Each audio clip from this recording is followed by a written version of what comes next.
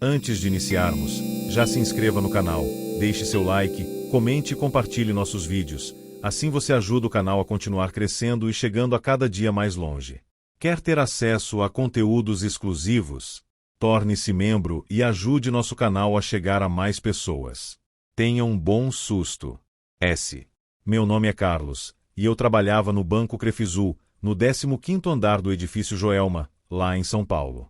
Isso foi em 1974, quando eu tinha 32 anos. Eu era um contador comum, daqueles que chegam cedo, batem cartão e ficam mergulhados em pilhas de papéis até o fim do expediente. O prédio era novo na época, inaugurado há pouco mais de 2 anos, com 25 andares de vidro e concreto que reluziam no sol do centro da cidade. Parecia moderno, seguro. Mas, olhando para trás, havia algo errado com aquele lugar desde o início. As pessoas comentavam sobre o terreno. Diziam que ali, décadas antes, em 1948, um homem chamado Paulo Camargo tinha matado a mãe e as 2 irmãs a tiros e jogado os corpos em um poço no quintal da casa que ficava no mesmo lote. O crime do poço, como a imprensa chamava. Alguns colegas brincavam que o prédio era amaldiçoado, mas eu ria. Era superstição de paulista velho, eu pensava. Naquela manhã de 1º de fevereiro de 1974, chovia fino lá fora, e o ar dentro do escritório estava abafado como sempre. Eu cheguei por volta das 8 horas, tomei um café preto na copa e me sentei na minha mesa, perto da janela que dava para a Avenida 9 de Julho. O prédio estava lotado, uns 700 funcionários, mais ou menos. Eu estava revisando uns balanços quando, por volta das 8h50, ouvi um barulho estranho vindo de baixo. Primeiro, pensei que era o elevador rangendo, mas logo veio o cheiro, fumaça. Não era cigarro ou algo queimado na cozinha. Era forte, acre, como plástico derretendo. Alguém gritou fogo, do corredor, e o pânico se espalhou como uma onda. Eu me levantei, olhei para o hall, e vi a fumaça preta subindo pelas escadas centrais. O incêndio tinha começado no 12º andar, por causa de um curto-circuito em um ar-condicionado velho. As chamas devoraram tudo rápido, carpetes sintéticos, móveis de madeira, papéis. Não tinha sprinklers, as escadas eram estreitas e sem pressurização, e as janelas eram fixas, impossíveis de abrir. O prédio virou uma chaminé gigante. Eu corri para as escadas com os colegas, mas a fumaça já estava densa, sufocante. Meus olhos ardiam, a garganta queimava. Descemos tropeçando, empurrando, mas no 13º andar, paramos. As chamas bloqueavam o caminho. Alguém disse que os elevadores estavam parados, mas um grupo de 13 pessoas, eu vi eles, colegas de outros andares, tentou usar um deles. O elevador desceu, mas parou no andar do fogo, as portas se abriram e, bem, eles não saíram vivos. Foram carbonizados ali dentro. As 13 almas, como ficaram conhecidas depois. Eu e mais uns poucos subimos de volta, para o terraço. O calor subia pelas paredes, o ar ficava irrespirável. No 20º andar, quebramos uma janela com uma cadeira e gritamos por socorro. Helicópteros sobrevoavam, mas o vento e a fumaça impediam resgates. Vi pessoas pulando, silhuetas caindo como bonecos quebrados, se espatifando na calçada. O som. Deus, o som daqueles impactos ainda ecoa nos meus pesadelos. Eu me pendurei na beirada, rezando, até que os bombeiros estenderam uma escada de um prédio vizinho. Consegui atravessar, escorregando no parapeito molhado pela chuva. Dos 756 que estavam lá, 179 morreram. Eu fui um dos sortudos, mas saí com queimaduras nas mãos e nos pulmões, e um trauma que nunca sarou. Depois do incêndio, o prédio ficou em ruínas por anos. Reformaram, renomearam para Edifício Praça da Bandeira, como se um novo nome apagasse o passado. Eu me mudei para o interior, tentei esquecer. Mas em 2005, precisei voltar a São Paulo para um processo judicial relacionado ao banco antigo.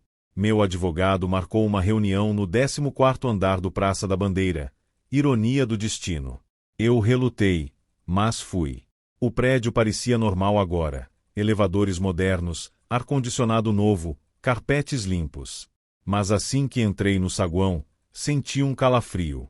O ar estava pesado, como se carregasse o cheiro fantasma de fumaça. Subi de elevador, sozinho. No meio do caminho, entre o 10º e o 11º, o elevador parou de repente. As luzes piscaram, e ouvi sussurros, vozes abafadas, como gente gritando ao longe, pedindo ajuda. Socorro! Fogo! Não consigo respirar. Apertei o botão de emergência, mas nada. O painel digital piscou o número 13, mesmo que o prédio não tivesse mais o 13º andar oficial. Superstição, sabe? Então, as portas se abriram devagar, rangendo, e eu vi um corredor escuro, carbonizado, com paredes pretas de fuligem. No fundo, sombras se moviam, figuras queimadas, com peles enegrecidas, olhos vazios. Eram 13 delas, paradas em círculo, como se esperassem o elevador. Uma se virou para mim, e eu juro que era uma das vítimas que eu vi tentando fugir naquele dia, uma mulher com o uniforme do banco, o rosto derretido como cera. Meu coração disparou. O ar ficou quente, sufocante, como se o fogo estivesse subindo de novo. Eu me joguei contra as portas, gritando, e de repente, o elevador voltou ao normal. As portas se fecharam, as luzes acenderam, e subi para o 14º. Saí tremendo, suando frio. Meu advogado notou, perguntou o que houve. Eu disse que era o elevador enguiçado, mas eu sabia que não era. Naquela noite, no hotel, sonhei com elas, as 13 almas. Elas me contavam suas histórias. Presas no elevador, o calor derretendo a cabine, os gritos se misturando ao crepitar das chamas. Acordei com marcas de queimadura nas palmas das mãos, idênticas às que tive em 1974, mas frescas. Voltei lá mais uma vez, em 2010, por curiosidade mórbida.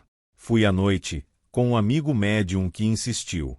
Entramos no saguão vazio, o porteiro nos deixou subir para ver o antigo escritório. No 12º andar, onde o fogo começou, ouvimos passos ecoando nas escadas. Subimos, e no patamar, uma brisa gelada nos envolveu. Vozes novamente, gemidos, choros, nomes sendo chamados. Mãe, irmãs, ecoando do poço antigo, como se o crime do poço se misturasse ao incêndio. Meu amigo disse que sentia energias presas, almas que não descansavam por causa da maldição do terreno. Vimos uma figura no espelho do banheiro, um homem com olhos vermelhos, como Paulo Camargo, rindo enquanto chamas ilusórias lambiam as paredes. Desde então, evito São Paulo. Mas às vezes, em noites quentes, sinto o cheiro de fumaça no ar, ouço sussurros no vento. Aquele prédio não é só concreto, é um portal para o inferno, onde o passado queima eternamente. Se você passar pela Praça da Bandeira, olhe para cima. Talvez veja sombras nas janelas, esperando a próxima vítima. Eu vivi isso. E desejo que ninguém mais viva. O paulistano tem a mania de achar que uma demão de tinta e uma nova fachada de vidro apagam a história. Eles mudaram o nome para Edifício Praça da Bandeira, modernizaram os elevadores e colocaram catracas digitais. Mas quem trabalha ali sabe. O concreto não esquece. O concreto absorve. Meu nome é Marcos. Sou analista de infraestrutura de TI. Em 2019, a empresa de contabilidade para a qual eu trabalhava alugou um andar inteiro no antigo edifício Joelma, bem no centro de São Paulo. O aluguel era atrativamente barato para a localização. O que vou contar aconteceu em um feriado prolongado, quando precisei virar à noite para fazer a migração física de 2 servidores antigos.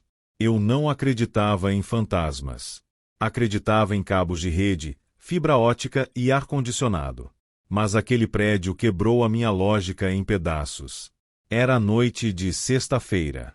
O centro de São Paulo já estava deserto, mergulhado naquela garoa fina que deixa o asfalto brilhando. Passei pela portaria às 22 horas. O segurança noturno, um senhor chamado Batista, apenas acenou com a cabeça.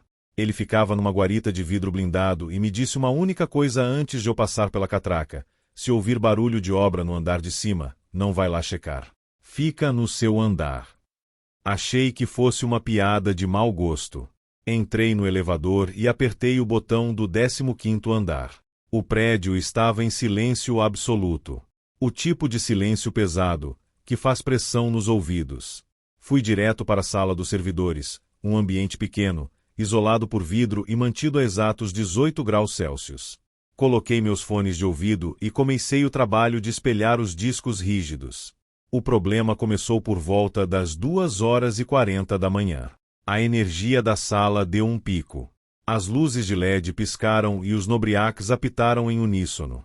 Tirei os fones de ouvido para checar se algo havia desarmado no quadro de força do corredor. Assim que abri a porta da sala dos servidores, o ar do escritório me atingiu. Não estava frio. O ar-condicionado central havia desligado, mas a temperatura do andar havia subido de forma bizarra.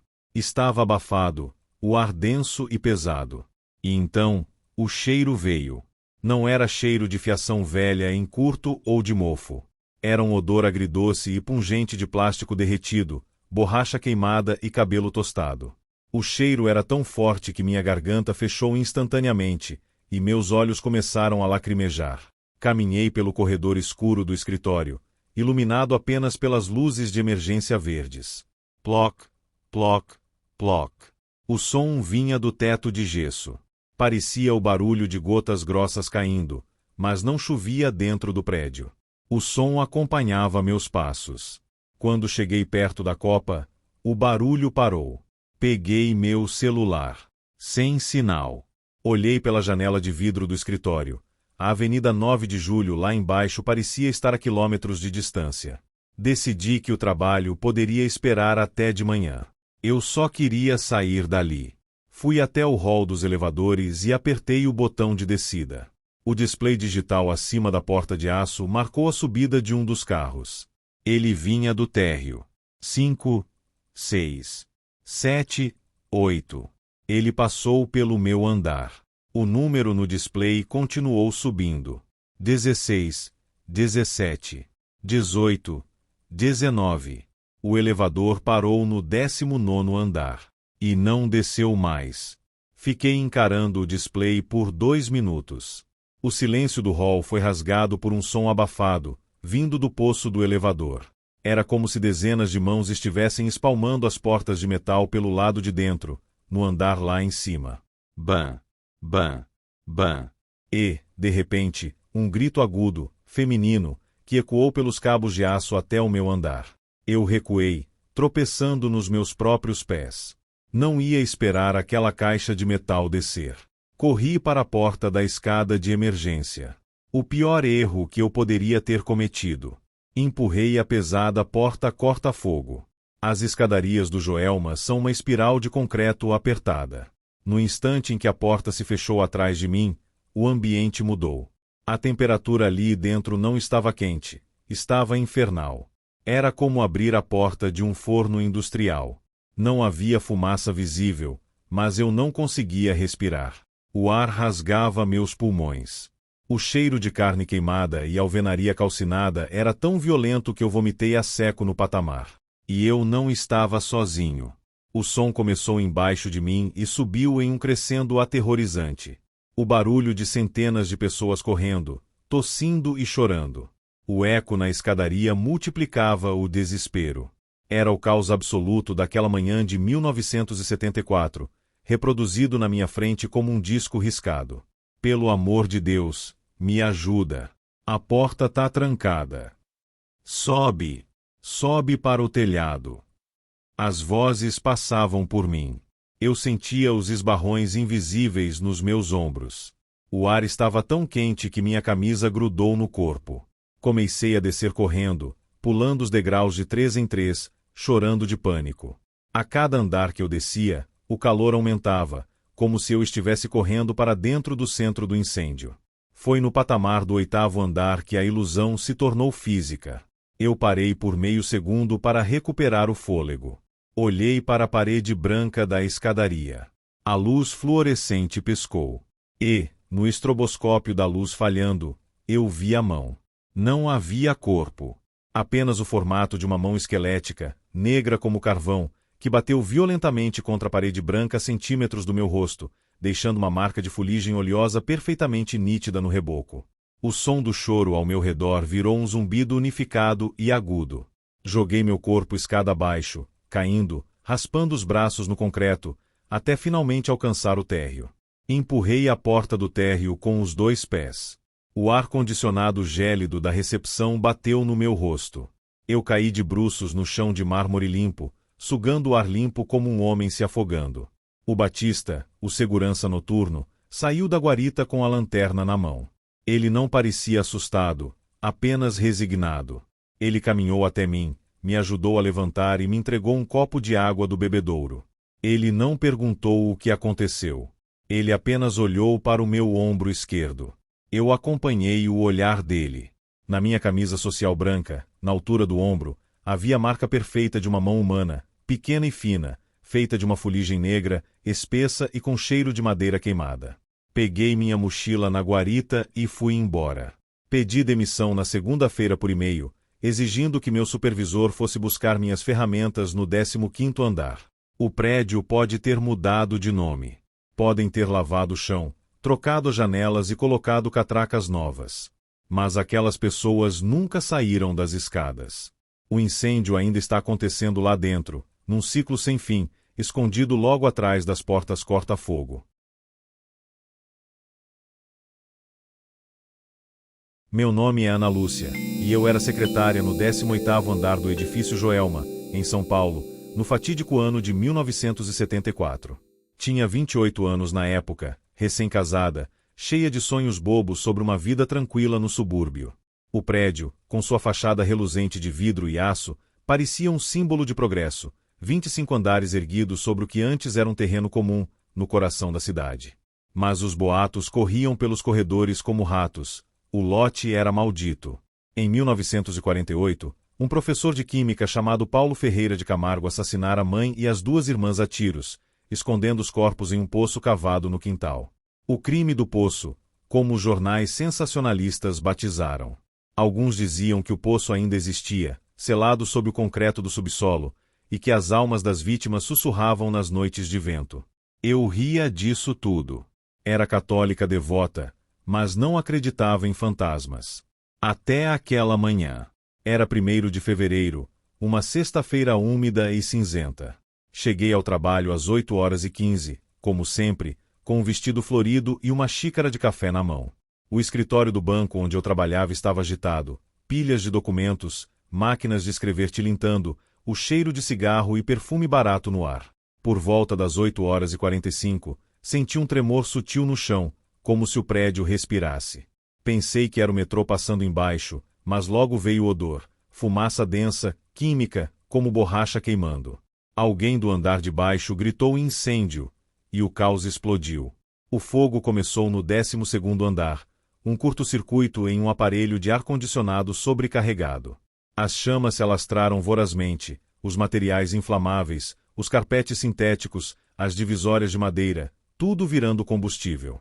Não havia sistema de sprinklers, as escadas de emergência eram um funil de morte, e as janelas seladas transformavam o edifício em uma fornalha viva. Corri para as escadas com minhas colegas, tropeçando em saltos altos, o coração martelando no peito. A fumaça preta subia como uma serpente, cegando, sufocando. Tossíamos, os olhos lacrimejando ácido. Descemos até o 15º, mas as chamas já lambiam as paredes, o calor derretendo o corrimão de metal. Para cima! Alguém berrou. Subimos ofegantes, o ar rarefeito, os pulmões ardendo como se inalássemos brasas. No 20º andar, quebramos uma janela com o extintor vazio, o vidro estilhaçando em cacos que cortaram minhas mãos. Lá fora, a cidade parecia um brinquedo distante, carros minúsculos, sirenes uivando. Helicópteros pairavam, mas o vento os afastava. Vi colegas desesperados pulando, um homem no 22º, braços abertos como asas quebradas, caindo em câmera lenta até um impacto surdo na calçada. O som, um baque molhado, seguido de gritos da multidão, me assombra até hoje. Outra mulher, no andar abaixo, escorregou da beirada, seu vestido pegando fogo no ar como uma tocha humana. Eu me agarrei ao parapeito, rezando ave-marias entre soluços. Foi quando ouvi pela primeira vez, vozes no vento, não humanas. Gemidos baixos, como ecos de um poço profundo. Filho, por quê? Palavras arrastadas, femininas, cheias de dor. Olhei para baixo e vi, No reflexo distorcido da fumaça, sombras se movendo no subsolo, como se o poço antigo borbulhasse almas. Então, o resgate veio, uma escada improvisada de um prédio vizinho. Atravessei tremendo, as pernas moles, enquanto Joelma cuspia labaredas como um dragão acordado.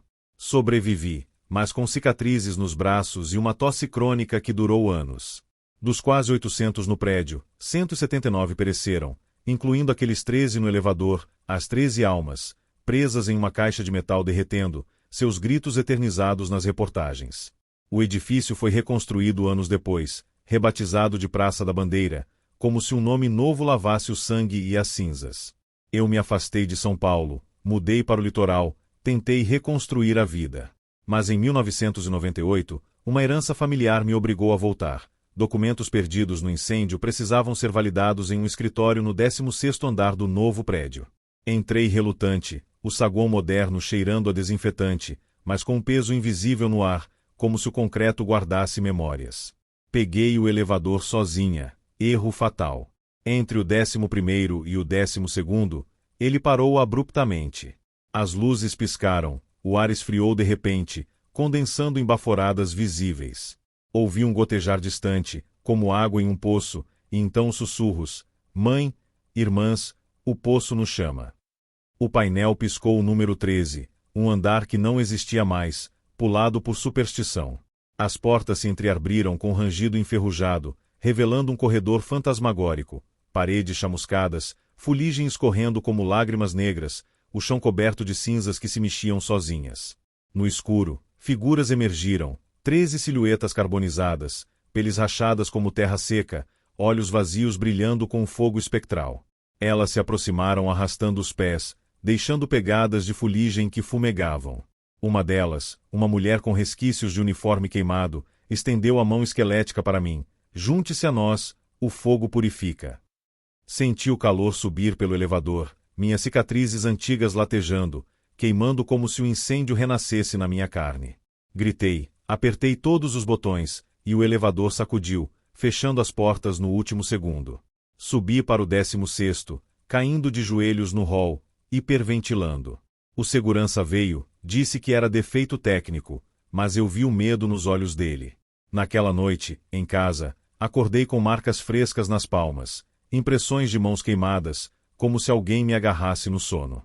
Voltei uma última vez, em 2012, atraída por um sonho recorrente.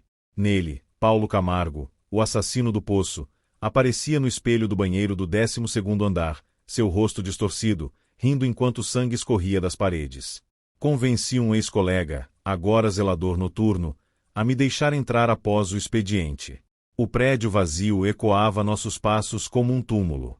No 12º, onde o fogo começou, o ar ficou espesso, cheirando a enxofre e decomposição.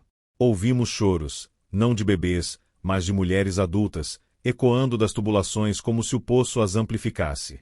No banheiro, o espelho embaçou sozinho, e nele se formou a imagem. Camargo, olhos injetados, sussurrando: eu os libertei. Agora eles libertam vocês. Chamas ilusórias irromperam das tomadas, lambendo o chão, e sombras das 13 almas nos cercaram, suas bocas abertas em gritos mudos, exalando fumaça que invadia nossos pulmões. Corremos, mas na escada, degraus se dissolveram em poças de água escura, como o poço transbordando. Meu pé afundou, e senti mãos frias me puxando para baixo, unhas cravadas na pele, vozes implorando: fique, queime conosco. Meu colega me arrastou para fora, mas ele morreu semanas depois, de um ataque cardíaco. Os médicos disseram que seus pulmões estavam cheios de cinzas inexplicáveis. Eu vivo agora em reclusão, com janelas sempre abertas, temendo o cheiro de fumaça. O Joelma, ou Praça da Bandeira, não é só um edifício. É um vórtice, onde o crime antigo e o incêndio se fundem em um terror eterno, sugando almas para o abismo. Se você ouvir sussurros no elevador, corra. Eu vivi isso. E parte de mim ainda queima lá dentro. Trabalhar com manutenção de elevadores tira qualquer romantismo que você possa ter sobre a arquitetura de uma cidade. Para mim, um prédio não é feito de escritórios e pessoas, é feito de cabos de aço, polias, poços escuros e graxa. Sou técnico de manutenção há 15 anos. E, por causa da minha profissão, eu não tenho medo de altura ou de lugares fechados. Mas eu tenho medo do edifício Praça da Bandeira. O antigo Joelma. Meu nome é Roberto. Em outubro de 2021, minha empresa ganhou a licitação para modernizar o sistema de tração de um dos elevadores de serviço do prédio.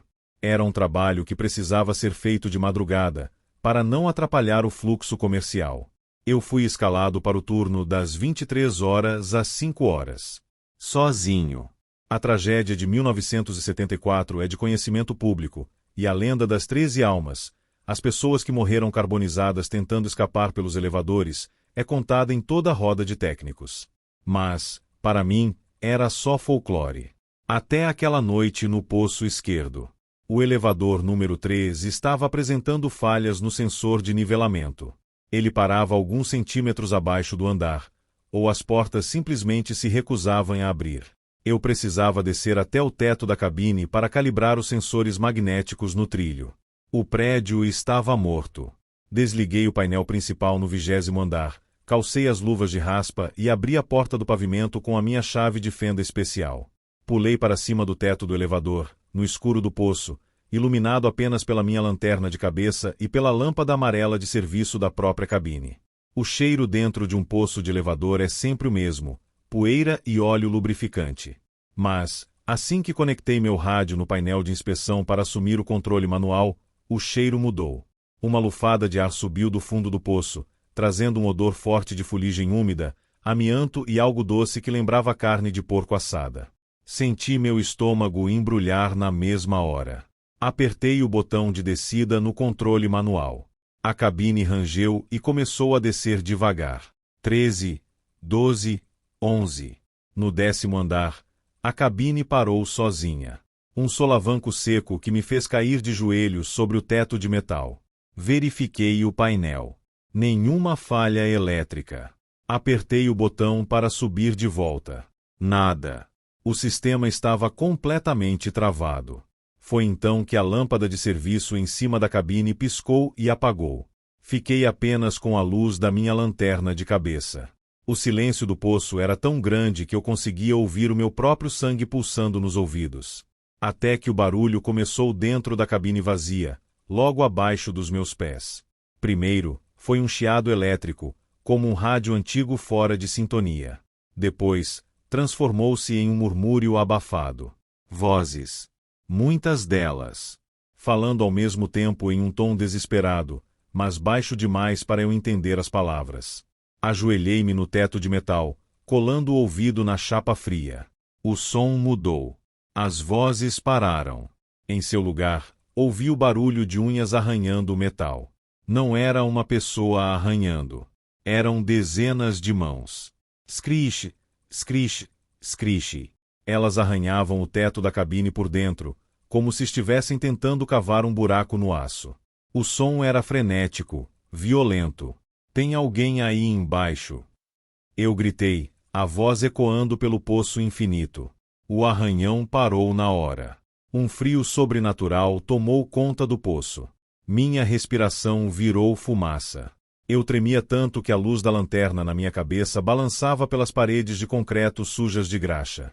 Do fundo da cabine, uma voz de mulher ecoou, distorcida pelo metal. Abre a porta. O teto tá derretendo. Abre a porta, pelo amor de Deus.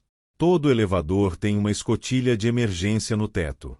Fica trancada por fora, para que nós, técnicos, possamos resgatar passageiros presos. Eu não queria abrir aquilo. Todos os meus instintos gritavam para eu escalar os cabos de aço com as próprias mãos até o andar de cima.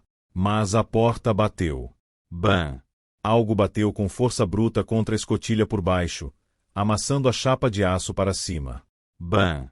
Bam! O calor subiu repentinamente. O frio desapareceu, engolido por uma onda térmica que cheirava fumaça preta e plástico derretendo. A chapa de metal sob as minhas botas de segurança começou a esquentar de forma inacreditável. A trava da escotilha estourou e a tampa se abriu violentamente. Eu rastejei para trás, encostando nas roldanas cheias de graxa, e apontei a lanterna para o buraco aberto que dava para dentro do elevador. Não havia luz na cabine. Mas havia movimento. Apontei o feixe de luz para baixo. O chão do elevador estava forrado de corpos fundidos uns aos outros. Roupas da década de 70 derretidas na pele escurecida, membros retorcidos em ângulos impossíveis. Eram dezenas de pessoas amontoadas em um espaço para 10. Eles não estavam mortos. Todos os rostos carbonizados estavam virados para cima, olhando para mim. Não havia olhos, apenas buracos enegrecidos de onde escorria um líquido espesso. Um homem, vestido com paletó derretido no próprio peito, esticou um braço escurecido e sem pele em direção à escotilha. Não cabe mais ninguém. Ele sussurrou, a voz soando como cinzas raspando em um cano. De repente, os cabos de tração acima de mim deram um estalo ensurdecedor. O freio de emergência soltou. E a cabine despencou. A gravidade zero me arrancou do teto por um milésimo de segundo. O elevador estava em queda livre. O vento uivava no poço escuro. Num reflexo puramente animal, eu pulei em direção à porta de pavimento do 9º andar que passava por mim como um borrão. Minhas mãos bateram no batente de concreto. Meus braços quase foram arrancados das órbitas. O elevador passou por mim, afundando na escuridão, levando aquele choro e aquele calor infernal para o fundo do poço. Fiquei pendurado no vão da porta do 9º andar, com as pernas balançando sobre o abismo. Eu gritei, chorei, forcei cada músculo do meu corpo e consegui abrir as portas do pavimento pelo lado de dentro, me jogando para o carpete do corredor do escritório. Eu esperava ouvir o estrondo colossal do elevador batendo nos amortecedores do poço no subsolo. Fiquei encolhido no chão, tapando os ouvidos. Mas o estrondo nunca veio. O silêncio engoliu o prédio mais uma vez. Levantei trêmulo. Desci pelas escadas até a portaria, pálido como um cadáver, deixei minhas ferramentas lá em cima e nunca mais voltei para buscá-las. A empresa me mandou para a psiquiatria. Fui diagnosticado com estresse pós-traumático severo. O laudo técnico oficial disse que o elevador sofreu uma pane nos freios e desceu em velocidade controlada até o térreo, vazio. Não havia marca de fogo. Não havia tampa de escotilha amassada. Mas eu sei o que vi. E sei que aquele elevador não desceu até o térreo. Ele desceu direto para 1974. E continua caindo até hoje. Meu nome é Roberto Silva, e eu era eletricista contratado para manutenção no edifício Joelma, em São Paulo, naquela maldita manhã de 1º de fevereiro de 1974. Tinha 35 anos, casado, 2 filhos pequenos esperando em casa no Bom Retiro. Eu não era funcionário fixo, só ia lá quando chamavam para consertar fiações velhas ou ar-condicionados que rangiam como almas penadas. O prédio, com seus 25 andares de concreto e vidro, erguia-se orgulhoso na Avenida 9 de Julho, mas eu sempre sentia um arrepio ao entrar. Os mais velhos contavam sobre o terreno amaldiçoado. Em 1948, Paulo Camargo, um homem atormentado, matara a mãe e as irmãs a tiros e jogará os corpos num poço no quintal da casa que ficava ali. O crime do poço, um segredo podre sob o asfalto moderno. Eu ignorava, focado no salário. Mas naquela sexta-feira chuvosa, o inferno se abriu, e as 13 almas me marcaram para sempre. Cheguei cedo, por volta das 7h30, com minha caixa de ferramentas pesada.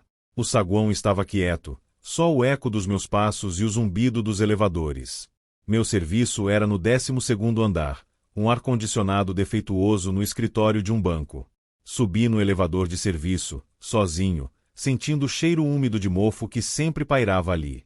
Enquanto trabalhava, desparafusando painéis, ouvi um estalo, como um chicote rachando no ar. Pensei que era fiação velha, mas logo veio a faísca, um curto-circuito violento, faíscas voando como vagalumes infernais. O fogo irrompeu rápido, devorando fios isolados com borracha, espalhando-se para os carpetes sintéticos que derretiam como cera. Gritei alerta, mas o pânico já se instalava. A fumaça preta subiu pelas paredes, grossa como óleo, invadindo os andares acima. Corri para as escadas, mas elas viraram um caos. Gente tropeçando, tossindo, olhos vermelhos de terror.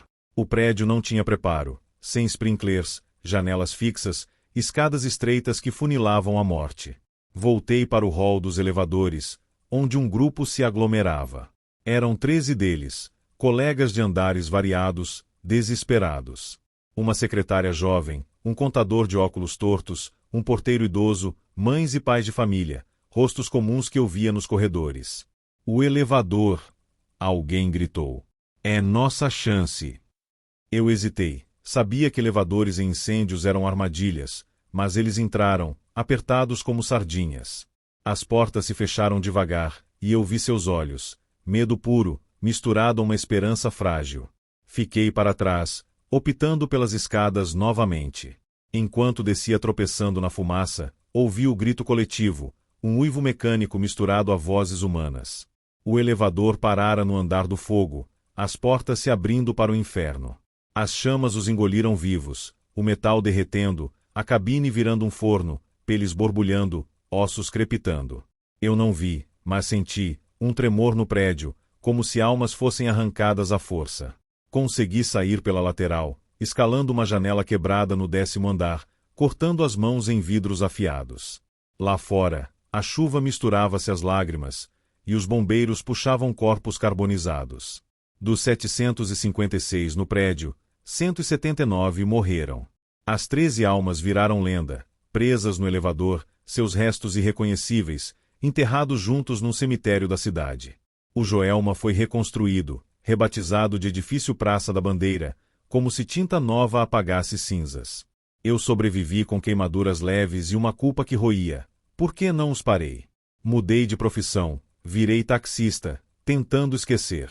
Mas em 1985, uma pane elétrica no meu carro me levou de volta. Precisei de documentos antigos para um seguro, guardados num arquivo no 15º andar do novo prédio. Entrei à tarde, o sol filtrando pelas janelas limpas, mas o ar. O ar carregava um sussurro sutil, como vento num poço. Peguei o elevador, erro que ainda me dá calafrios. Subindo, entre o 11º e o 12º, ele parou. As luzes piscaram, o ar gelou, e o painel piscou o número 13, um andar fantasma, pulado por superstição. Um gotejar ecoou, água escura, como do poço antigo. Então, as vozes, 13 sussurros sobrepostos, abafados, suplicantes. Ajude-nos, o fogo, não para.